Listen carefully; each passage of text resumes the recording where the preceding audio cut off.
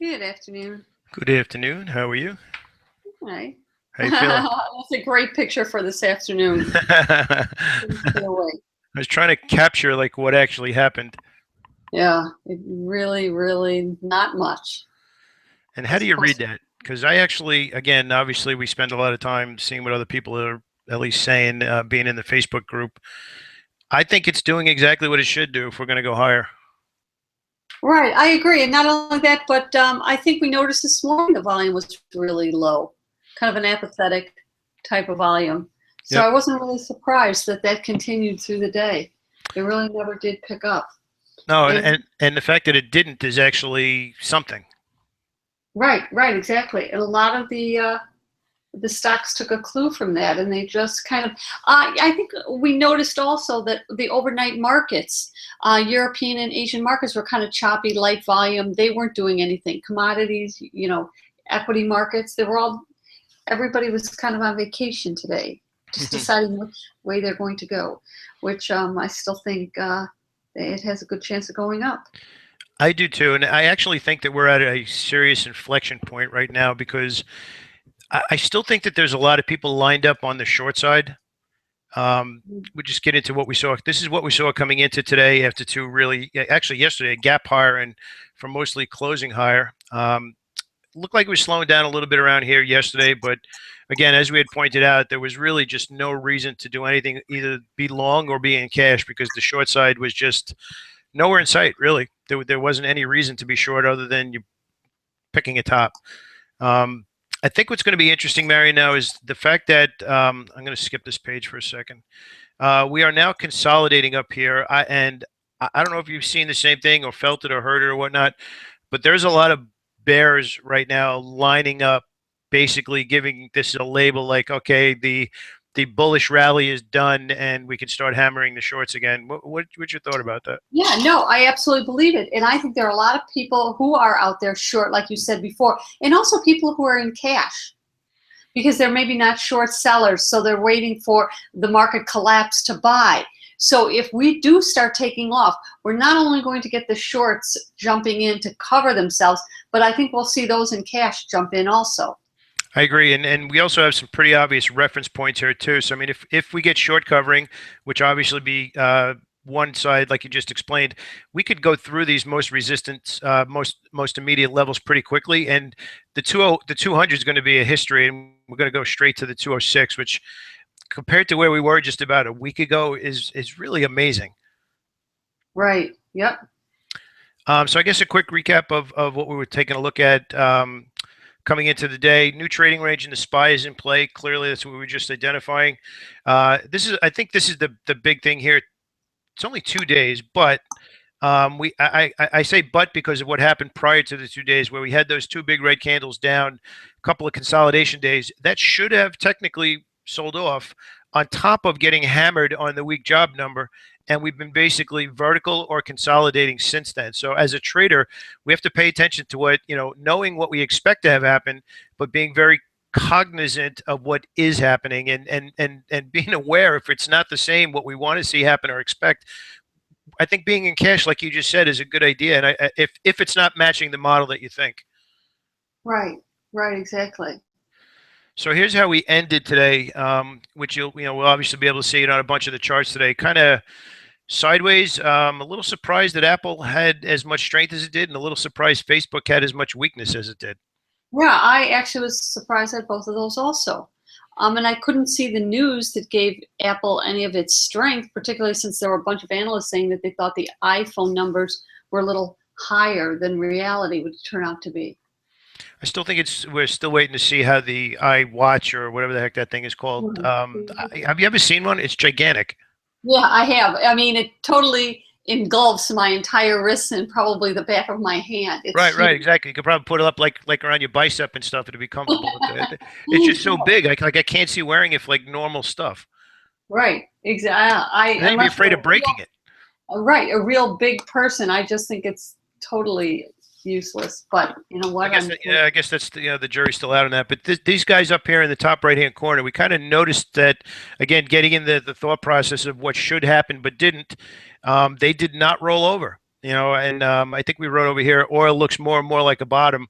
We're starting to see that where they're just not collapsing like they did. As a matter of fact, we'll actually take a look at a couple of charts. They're actually now strong, really strong for 3 days, I believe, coming out of basically what was almost a 2-month trading range.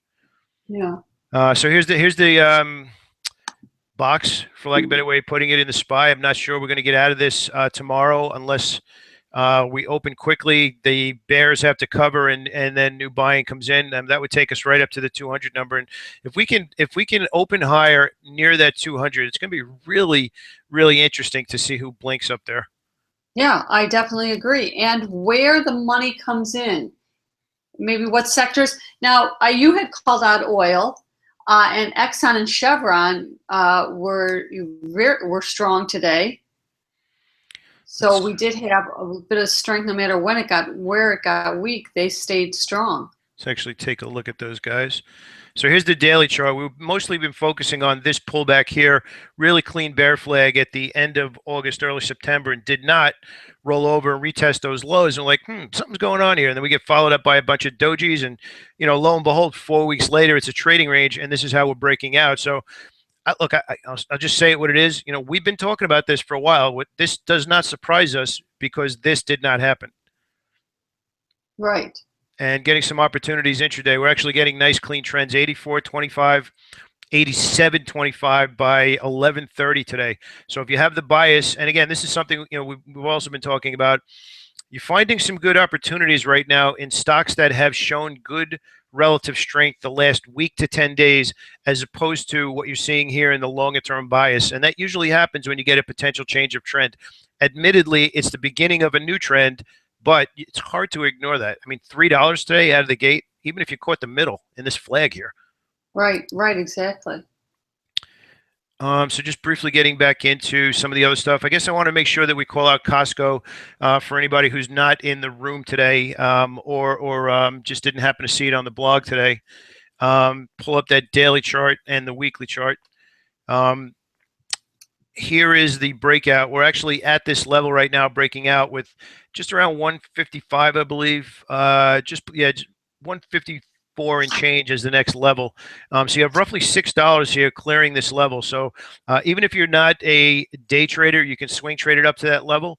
If you are a day trader, you can day trade it each day up to that level. You don't necessarily need to get out of it and find a new stock. As long as it's between here and what we perceive to be the target, you could trade it 1 day, 2 day, and then maybe you start to see it peter itself out up towards the 3rd day. But clearing some pretty good levels there, very similar to what we saw in McDonald's today, taking out some nice levels. Although intraday was a little choppy, it stayed above the opening price for most of the day, as well as Starbucks as well. Starbucks actually a quadruple top up at 59. Not shocking that it didn't get through there, especially after 4 days to the upside. But there is some opportunity, and not necessarily, in the Netflixes and Teslas and those guys. There are some stocks trading at 52-week highs, which you have to keep an eye on right now. And I think you mentioned Dow this morning, DOW. Yep. Another Dow Chemical, which is a reasonably priced stock for those who don't want to trade those Googles and Amazons. So we had a pretty good move out of the open today, but I think that we had drawn this line pre-market today saying it's been a long. Yesterday was phenomenal price action, but we did head into this resistance. So we said actually a higher opening would not be a place to initiate a new long. So if everybody's watching this right now, we're looking for this stock to consolidate up here between 47 and 47.50 for maybe a day or two, and actually do that in sync with the market, and then make a run up at near this 53. So a good, healthy consolidation here would be terrific to see, especially if the market does the same, because you have plenty of room to go up to that 53 level. So expensive or not expensive, there's some stuff setting up for, let's call it quote unquote the next move. Right, exactly. I guess we'll just jump into some of the stocks that we normally watch and that we know are tracked quite a bit. I mentioned Facebook briefly before. What'd you see in the price action today? I didn't see anything that was like, okay, now it's time to bid. I totally agree. I mean, I think it tried to get back up there and somewhere near that 95 resistance, and the sellers came right in. And what's interesting too, we have been spending a lot of time in the live trading room, really working on the distinction and the progression of a trader from I have a game plan to how to actually trade that game plan. And clearly this is a stock that's been up, let's just call it 86 to 94 over this 5-day window. As a trader, you have to determine, is it along today, even if it starts to trade higher today? You have to weigh that reward potential in exchange for how much you have to risk on top of how much it's already moved. So again, very similar to some of the stocks we're seeing, Marion. If we can hover around here, the 20 crosses above the 50 again, which hasn't been up there for a while, right? Right. That could be pretty, that could, and again, heading into earnings season, this could be the day, not the day, the time where we had this kind of sideways drift in this stock where last quarter they didn't exactly give what they wanted to. It's been holding its own in what could mildly be called a disappointing quarter. And again, mildly, it hasn't really gone down that much, but it's this big doji day here. I remember it because for some reason, I don't know why I never do this, but I have that day burned in my head on that candle. But it's going to be interesting. If we can hover up here in the 20 crosses, I think we can start to anticipate it finally across to that 95 and then make another run at 100, but just not yet. Like you had mentioned, can't remember what stock it was. Maybe it was Tesla, talking about the last 5 to 7 days, and you start to notice as a trader, okay, you want to pay attention to the moving averages, you want to pay attention to the longer time frame, but this is hard to ignore. That's some pretty decent selling. I know we recovered, but we haven't gotten back up here. So I think this is going to be the area that's going to determine the next move and how it hovers around that area. And I guess I'll show everybody what we meant there in Tesla, where you had pointed this out today. 1, 2, 3, 4, 5, 6, 7 days, 6 out of 7 days, only 1 day positive coming into today. And that was a day that the market just absolutely exploded. So that, kind of joined the market that day. So I think little tips like this or little things that a trader should learn to notice will really go a long way with helping traders make better day-to-day decisions. So I guess just taking a look at some of the other stocks, the size of the long list is getting longer. No other way to say it. A week or two ago, this list was maybe 3 or 4 stocks. This one here over the last 5 days certainly was not that long at all. And now you can see there's a lot more stocks. And again, just to give a little filter behind this, average of 1 million shares and average true range of $1.50. This stock has some pretty strict criteria to get put in this list, and it keeps getting bigger and bigger and bigger. Now, again, if you take a look at this list, a lot of them are not necessarily in uptrends. This is basically telling you they're moving higher over the last 20 days, over the last 5 days, and strong close yesterday. So if you're lacking for some opportunity in stocks that are in downtrends right now, these stocks will give you some short-term opportunities with the trade expectation that it's just over the recent price action. I guess maybe we'll finish up with Twitter, Marion, just to touch a little bit on the news and how it's been reacted to and that kind of stuff. I guess we don't want to assume everybody knows. They announced Jack Dorsey's going to end up being a permanent CEO. And look, we could say whatever we want, but that's where it is. It didn't exactly explode to the upside. Like we've kind of been warning everybody with, really, don't be short Twitter too much in case they announce something. Well, they announced something, and and the initial reaction was positive, but then when people sat back and started to think about it, they kind of got out of their stock and decided maybe they'd wait to see what Jack Dorsey actually does. Yeah, I think that you had said that well this morning. It's one thing for them to finally say, okay, we got something, we're going to put his name on the door, but now everybody's going to be listening to, okay, now what are you going to do? Yeah, he has to do something. He can't just sit in his little chair. So Netflix, another interesting one, really solid breakout, crushed the 110 level yesterday, and I really believed, awesome, we're going to go right at that 115, kind of just breaking out, out of a 2-day trading range, 1 day out of it. And I don't know if it was a strong word, but kind of a dud today, considering how hard it pushed through yesterday's price action. You know what? I was so surprised that it got through that 110 so easily yesterday. I wasn't around yesterday, but when I saw the price action, I was totally shocked. And maybe people all jumped on the bandwagon, had a second thought, oh, hey, maybe we got a better price than we deserve, and everybody got out of it. Once it hit that 110, it came tumbling down, because that seemed like what it did. They even tried to hold it around the 109 area, and they couldn't do that even. Yep, the way that I agree, the way it took out 110, I was like, all right, maybe a couple of days from now. I mean, it just blasted through there, and I fully expected it to make a run at 115 today, and it didn't. But that, that kind of adds to the price action that we've had for the last month or so that it's very difficult to have a long-term picture right now because there really isn't one. Right, and I think it also says something about trading, that you have to be really careful. You've got to be at your desk and you've got to be trading. It's not a time to walk away if you're a day trader, because things can, it looked great with 3 green candles early in the day and never looked great after that. I think for the first half an hour it looked great and that was it.